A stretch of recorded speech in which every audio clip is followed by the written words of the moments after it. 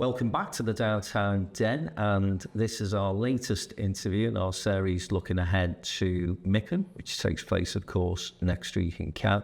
Delighted to be joined in the Den today by the leader of Liverpool City Council, Liam Robinson. Leo. Hi Frank, great to be here. Thanks for the invite. Welcome to the Den. Yes, absolutely.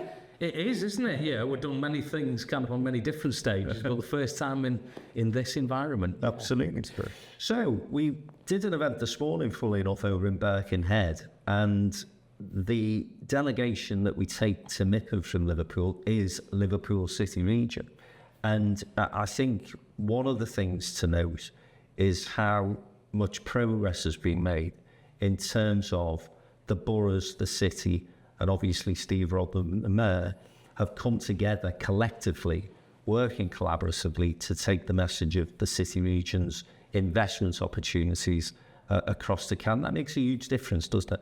Yeah, of course it does. I think, look, for me, it's a no-brainer that we always should work as a city region, that whole conurbation-wide approach. Because let's be honest, residents, citizens don't live their lives by where the local authorities begin and end. Yeah. Business is certainly down to. So we always should kind of operate on that footprint.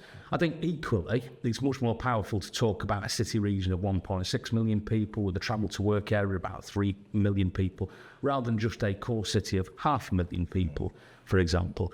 I've always been a very big believer in that kind of working relationship, and having been on the combined authority journey since its inception, genuinely I can say the working relationships, the maturity of it, that integrated approach across all 6 boroughs, crucially working with Steve as our mayor, has never been better. And I think it's starting to pay some dividends. You know, when you think about some of the inward investment we've been able to kind of announce in just the past 12 months, things like Cllr coming to the city, Jerry coming to the city, logistics infrastructure coming from Singapore. That's because of that very close, joined up approach across the region, and very much kind of selling what our strengths are and, crucially, our economic opportunities as a region going forward. The other thing that you've always been keen to encourage, Liam, is partnership with the private sector as well. So beyond that closer local government cooperation, developing partnerships and collaborations with the private sector has been one of your key priorities. 100%. Look, let's be honest, the public sector, even at its very, very best, can't do things alone, never should do things alone. It's absolutely vital to have that real close, integrated approach with the private sector, largely because some of the best ideas come from our private sector partners who are operating on the ground. And we always want to capture those ideas, those thoughts, those perspectives, and have that very close working relationship. I think the other thing as well, if I'm being completely candid with you, Frank, is that you would expect politicians like me to bang the drum for our city and our wider region. We're the usual suspects. It's so much more powerful when you've got quality private sector partners who are able to make that argument in lockstep with you, because it shows that actually there's business and there's the economy that sits behind all of that. It's not just talking a good game. I think that's a great point, but I think the other side of that same coin, if I may say so, is that we could send a big delegation of private sector partners to international festivals such as MIPIM to meet investors, to talk the city and the city region up. But that wouldn't be as powerful either without the civic leadership alongside you, because I think having the civic leadership there means that you can demonstrate we are genuinely open for business, whereas if it was just private sector leaders, I think it'd look a bit skewed. It'd look as though, well, yeah, the business community up for having a conversation, but where are the leaders? And that's why I've been a bit frustrated in recent weeks about some of the criticism that's come the way of Steve in particular as the mayor. But you've probably had a couple of brickbats as well. And I just say, you know, on behalf of the business community, Liverpool, absolutely appreciate the time that you take to come across, to be alongside us, because as I say, without that, the message is diluted so much more. Yeah, well, look, we always should be, because it's that point about a very integrated, hand-in-hand approach between the public and private sector. You're absolutely right. For big international investors, they want to see that the public sector partners, the local authorities, the regional authority, equally is as committed to this as the private sector. I think the other elements as well, and you know, in the political game, people like me will always get the brickbats, and that's fine, we will deal with all of that. But it's actually important that we're there to represent the city and the wider region. I'd always argue it's always cost effective as well. So to use the analogy, a month ago, went to China to seal the deal to get Chery Commercial Vehicles, a Chinese EV manufacturer, to bring its European headquarters to Liverpool. Complete whistle-stop tour, kind of, only spent about 50 hours in China, so kind of punishing schedule. But for near enough £2,000, which is roughly what it cost for me to go to effectively put the cap on that deal to bring 300 jobs back to Liverpool and the potential of more investment that follows on from that. That's good value for money. And similarly, out to MIPIM, it'll be a lot less than that, and in fact, it will cost for me to go. But crucially, if that's the opportunity to then sort of get some of that investment that is on offer there that we can bring to the city and the city region, well, it's the right thing to do. It's good value by anybody's judgment at the end of the day. Absolutely. I mean, I'm old enough to remember, as I'm sure you are, the time when Liverpool stopped going to MIPIM.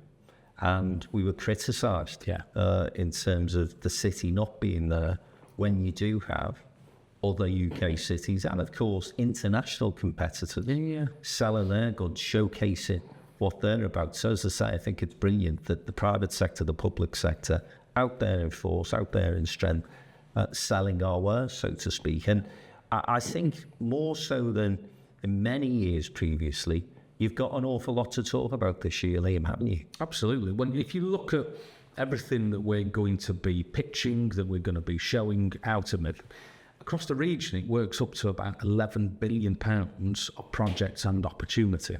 But when I think about kind of some of the opportunities in the city alone that we'll be focusing on, Pall Mall is the first Grade A office space in the city for 15 years that we're going to be cracking on and delivering. Huge opportunity to attract tenants for that kind of development going forward. Equally as well, when I think about the huge opportunities in the North Docks, in the area of the Mayoral Development Corporation that we are in the process of pulling together, that will be up and running later on this year, to really harness that full potential of what I know you completely agree with, and I think all football fans, if they're being honest, would always say is the best brand new stadium anywhere in Europe. When you think about that anchor investment that Everton brought with the Hill Dickinson Stadium, and the opportunity genuinely to maximise the regeneration around the stadium on the banks of the Mersey, huge opportunities there. Also, when we think about the King's project, as it's now just been rebadged, it's a real exciting kind of partnership between Hugh Frost and his BIFM organisation and TJ Morris and other partners to deliver some of the tallest buildings this city has ever seen, really shaping the skyline for the next century and beyond. And the fact that the first one of those buildings has already received its planning permission, so they will be looking at how they crack on over the next year to start that process of build, that really shows there's some great optimism in this city. Those are just a handful of the projects. There's other things we talk about into how Festival Gardens will be on site in the early months of next year to make sure something we've talked about for 40 years is actually going to happen with a real exceptional housing and livable community. And when I think about the opportunities around places like the Knowledge Quarter with Hemisphere and further kind of lab space development that we're looking at there, and of course the Littlewoods project that I was really proud to go to Downing Street with Steve this week, pitching to government at government's invitation, because they see the huge national opportunity that Littlewoods could be, not just for Liverpool and our region, but the country as a whole. So many things that we can be really sort of excited and ambitious about. For me, though, is how we crack on and make sure we deliver all of them. Let me just come back to the film opportunity and also culture as a sense in a moment if I may. But let's stick with the developments and regeneration in and around the city centre. And we're going to have the first mayoral development zone here in Liverpool, as far as the city regions can say. What are the sort of advantages that might bring? I think from our perspective, it's about how we can utilise some of the planning freedoms that the government is bringing forward. So particularly around things like land assembly, how we can actually sort of bring a number of plots together so we can simplify the fact that we can bring in further regenerational opportunities on key sites in that part of the city. So obviously the ability of how we can unpick some stalled sites as well. There's also the great opportunity of how we look at revolving funds and some of the kind of seed capital that can go into these things genuinely so they start popping out of the ground. There's obviously some good examples of mayoral development corporations across the country. I think one of the bits, and this is being appropriately competitive with other cities. There's other cities that want to do sports-based regeneration around proposals for new stadiums, and I'm sure those will successfully occur in the years ahead. But guess what? Our stadium is built, so there's a huge opportunity to maximise the potential. I often, and you've heard me say this on many occasions, Frank, I often look at Wembley, and when you think about how Wembley, as the national stadium was built and finished in 2007, it was a great stadium, largely in the middle of surface level car park. You look at it now, it's one of the most exciting districts in the whole of London. I honestly believe we will deliver that on the banks of the Mersey. And when you put it in that context, that can be one of the most exciting regeneration projects anywhere in Europe. Yeah, for sure. And let's just sort of broaden that conversation from sport.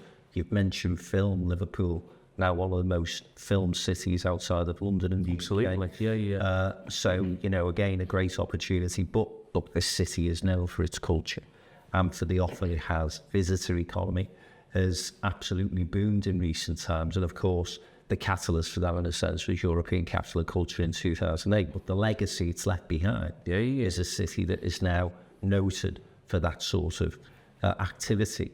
I think what people perhaps don't necessarily see the value of is culture, sport, music, in terms of attracting those investors, or at least attracting the interest of those investors. And you've said this on a number of occasions now, Liam, in terms of how Liverpool is recognisable as a non-capital city, one of the best recognised cities internationally on the planet.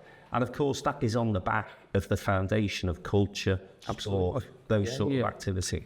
And I think, to be honest, our global brand is very, very strong. And if I'm honest, have we leveraged that enough in the past? No. Are we leveraging it enough now? There's still so much more to do. But actually, the fact that people around the world know Liverpool, look to Liverpool, have a lot of warm feeling towards Liverpool, that actually opens doors, particularly in investment conversations, that other cities often have to spend a lot of time introducing themselves on the world stage. Look at, for example, the Cllr investment that Steve was able to bring here. That was largely on the basis of a trade mission that Steve took to the USA and was able to introduce the city off the back of, you already know us, but let's talk about some of the sector strengths that we've got. Again, with the cherry commercial vehicles elements out in China, Liverpool they were already aware of, but we were able to then use the fact they'd heard of us to talk about all the different strengths we've got as to why it's the right natural home for their European headquarters.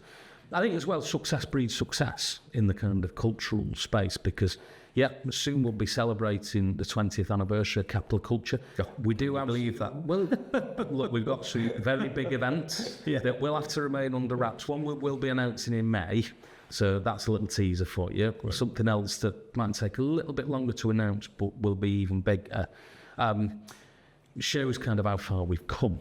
But if you look at the way we've been able to attract lots of big events to the city. So I'll give you this one because I always think it's a useful kind of example of how we can demonstrate how one thing leads to the other.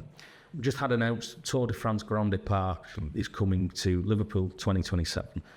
I would always argue the Celtic capital of England to go alongside Edinburgh, Cardiff as the other Celtic capitals in Britain that he's visited. Story goes that the owners of the Tour de France, because it's still family owned, saw the Eurovision Song Contest being hosted in Liverpool and said, next time we go back to the United Kingdom, we want to go to Liverpool. So it's how you kind of use that kind of track record of delivering really significant events, cultural activities and other things to leverage in more. And where we've got to go further is to leverage in more inward investment along those lines. I think if you think about the past 20 to 30 years of the city's economic renaissance being led by culture, by the visitor economy, and whilst we should never get complacent about this, we're really exceptional at it. Let's keep curating it, but we're really, really good at it. I think the next stage of the city's economic renaissance is an even better place to live, work, invest, bring jobs, create wealth, and really kind of take that forward. And with some of the inward investment we just talked about and those regeneration opportunities that we've touched upon, there's a huge opportunity here. And where will we be in 30 years' time? It's down to us to make sure we deliver that. Yeah. Everton might have won a championship by then. Let's not get too ambitious. No, but, you know, look, you never know. He's looking up for the club. Isn't he? No, but seriously, I think Doing better, eh? Yeah, but I think that's also on the basis of lots of different things. One's an exceptional new stadium. Two is really good quality ownership has been brought in there. So I honestly think the future is looking very, very bright for Everton. Yeah. Let me just move the conversation on to the wider sort of UK PLC piece, because you've mentioned the collaboration between the local authorities here, the mayor, obviously, Liverpool City region, and that's going to be your focus when you're at MIPIM next week. Nonetheless, the UK is a relatively small island, and so the cities, though in competition at times, have far more in common. Absolutely. In terms of coming together, working in partnership, collaborating for the particularly bigger infrastructure projects, and particularly the north of England. And I'd probably include Birmingham in that. Yeah. Look at Absolutely. our connections, and then obviously onto the capital. So you're kindly coming on to our lunch on Tuesday, and you'll be sharing a platform there with Newcastle, with Birmingham, with Leeds, with Blackpool, with Salford, with Manchester. And as I say, Liam, okay, at times we're competing for the same sort of investment, but often what we're looking to do is improve connectivity across the country in order to make sure that, as I say, the more broad UK PLC brand gets the benefit and advantage of that money. Yeah, absolutely. Let me use this analogy. We might all be, from time to time, appropriately nosy neighbours, but we all live in the same street, and we want the best for our wider community in that sense. And let's be honest, when you think about the United Kingdom, we're the size of a small US state at the end of the day. Yeah. But when you think about not just the cities we've got, but the economic assets that we've got across, the whole of regional Britain, but particularly the north of England, that's really compelling. In a way that most US states will probably only have one big city. We've effectively got 5 or 6, all within sort of close distance of one another, all with key economic assets. You look at the northwest alone, when you look at the port of Liverpool, the main deep water port for the west of the British mainland, and then 45 minutes away, you've got Manchester Airport as the main intercontinental airport for the north of England. And then you've also got assets like Liverpool Airport with great connections across Europe. That's just a handful of those things. I could spend a long, long time reeling off that shopping list. But then when you think about the fact, if we can harness that by bringing us close together with things like the Liverpool to Manchester Railway and the White Road network over in Yorkshire can join us together, if we can have the potential where someone who lives in Liverpool could work in Leeds, or someone who lives in Leeds could work in Liverpool, vice versa, everything in between, the economic potential of the region is huge, because that opens up so much more opportunity as well. So I'm really proud of the way that in Liverpool we work with all the other cities across the country, but how much more can we do for the benefit of the country as a whole? I think the other element that I'd say within all of that is, because of the sort of brand strengths of British cities, I always think there's a huge opportunity, which we're at the forefront now, to be leading Britain on the world stage. Brand Liverpool, brand Manchester, brand Birmingham, brand Leeds, and so on. That opens doors internationally.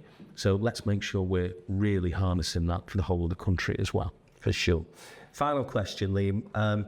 We've been delighted to be commissioned to work with Invest Liverpool this year as one of the partners for the delegation, but also to do work throughout the year, engaging with the key private sector partners from the delegation.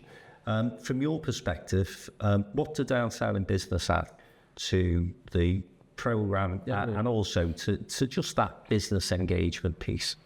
I think, look, you're absolute pivotal partners, because as a private sector-led organisation, you bring that kind of diversity of the city and the wider region's local economy to it, all with some really good entrepreneurial talents. You've always been great at kind of unearthing some of the best rising stars in business across Liverpool and the wider region. I think the other element as well that we always appreciate is that critical friendship. I know we can turn to the Downtown network to ask for thoughts, advice, ideas, and have that very honest dialogue about where do we need to improve as a local authority? Where do we need to improve as a city and a wider region? And we'll get some really good ideas from that. But we can also have that conversation of, well, that's a good idea, but we can't easily do that. What about this one instead? So for me, it's that very close, deep collaboration that we don't just go and stand on the stage together. We work really closely for the good of the city and how we improve things for the good of the economy and all of our residents here as well. Brilliant. Liam, thanks for coming into the den. Absolutely. First time, hopefully not the last. I'm sure we can do it again. Right. Cheers. And that's Liam Robinson, leader of Liverpool City Council in the downtown den. And we'll be seeing more of Liam on our Substack over at MIPIM next week.